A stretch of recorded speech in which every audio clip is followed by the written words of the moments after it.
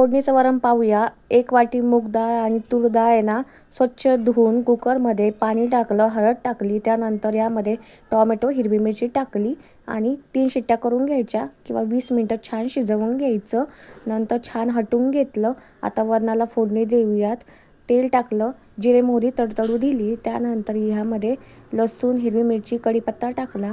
छान लसणाचा colour change होईपर्यंत राहून दिलं. त्यानंतर यामध्ये वरण घालायचं, चवीनुसार मीठ, साखर, कोथिंबीर घालायची आणि छान मिक्स करून घ्यायचं. मोठा गॅस करायचा, दणकून उकळी काढायची. त्यानंतर गॅस कमी करायचा.